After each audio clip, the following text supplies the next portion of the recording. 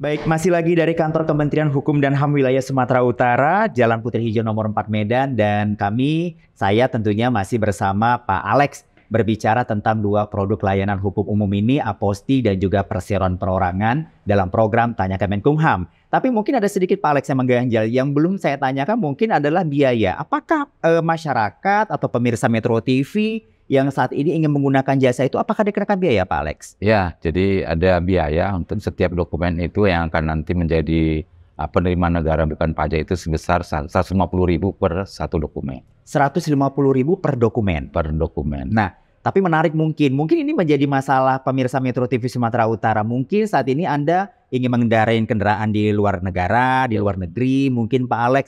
Ini kan mengurusnya kan harus dari Indonesia sebenarnya datanya Pak Alex. Ini juga bisa dipakai jasa Aposti Pak Alex? Bisa, jadi Aposti itu memang dia mengesahkan tanda tangan terhadap satu dokumennya termasuk juga SIM misalnya. Kalau misalnya ingin digunakan di luar negeri SIM itu ya.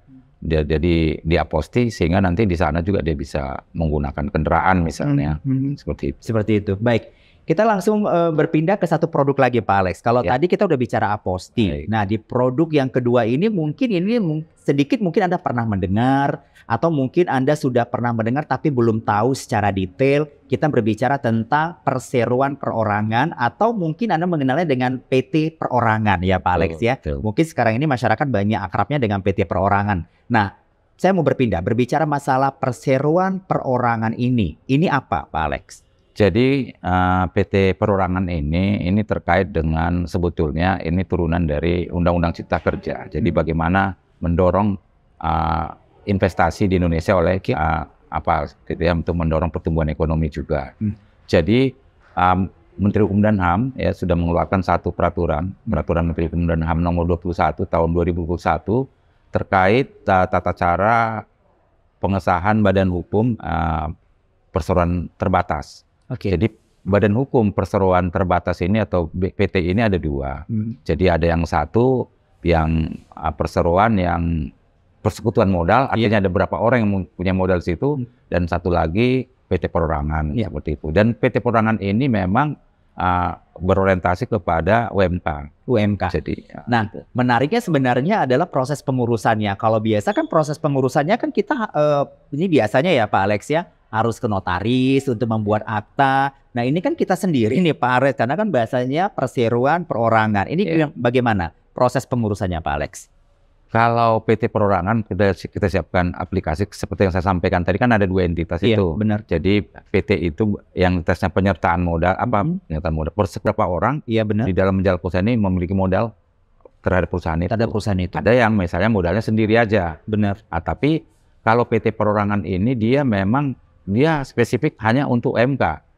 Nah, kalau persekutuan dia namanya persekutuan modal, berarti ada beberapa orang di sana itu memang harus lewat notaris.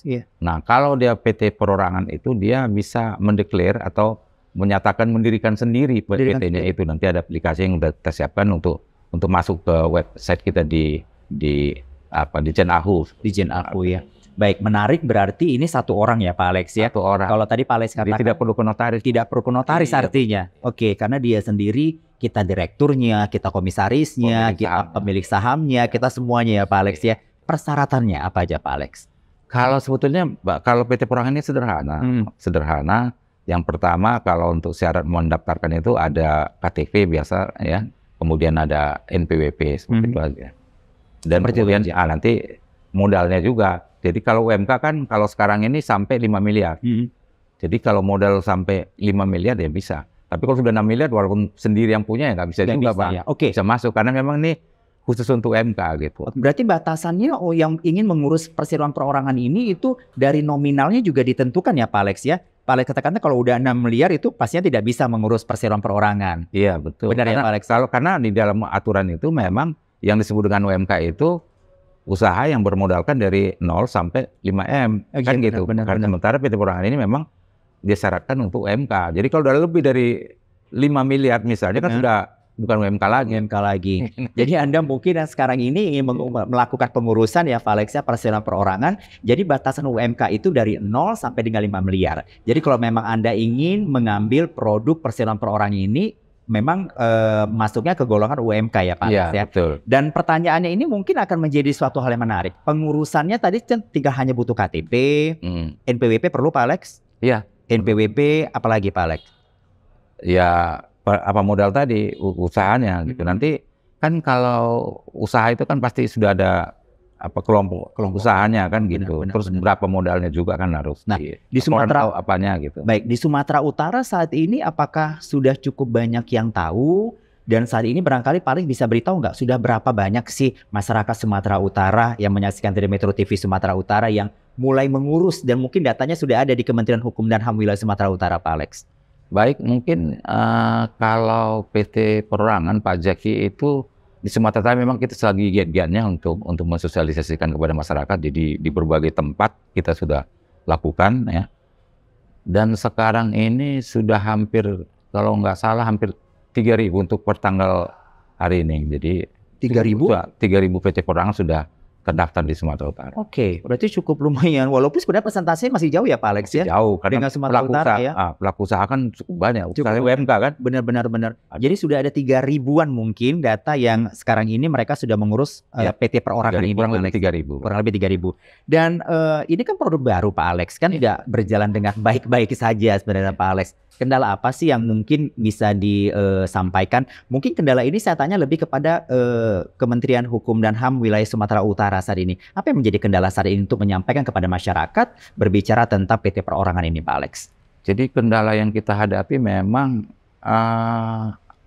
masyarakat pelaku UMK itu belum mungkin kesadaran mereka itu apa sih per PT Perorangan ini, karena mereka juga tanpa PT Perorangan kan bisa juga juga benar, itu mau saya tanyakan tadi sebenarnya benar. Ketika kita jelaskan bahwa PT Perorangan sebagai entitas badan hukum itu penting karena akan nanti kan manajemennya kan lebih baik, lebih profesional. Kita berharap dengan PT Perorangan ini ke depan mereka akan naik kelas menjadi bukan hanya UMK tapi menjadi pengusaha besar kan. Oke, benar. Kan tujuan dari PT Perorangan ini kan sana. Jadi memang kita pemerintah bisa memonitor gitu pelaku-pelaku usaha ini untuk mengelola usahanya secara baik ya, membimbing mereka juga. Nanti kan ini kerjasama juga dengan dinas-dinas terkait seperti itu. Jadi memang kesulitan kita untuk meyakinkan masyarakat pentingnya PT Perorangan ini ke depan untuk membangun usaha mereka itu bukan hanya kecil aja terus, tapi bisa semakin besar. Gitu. Baik, Pak Alex kita harus break dulu. Nanti di segmen ketiga saya mau tanya ke Pak Alex sebenarnya untuk perseroan perorangan ini seperti apa sih keterlibatan dari Kementerian Hukum dan HAM Wilayah Sumatera Utara ini memfasilitasi ke perbankan, ke perpajakan, atau juga ke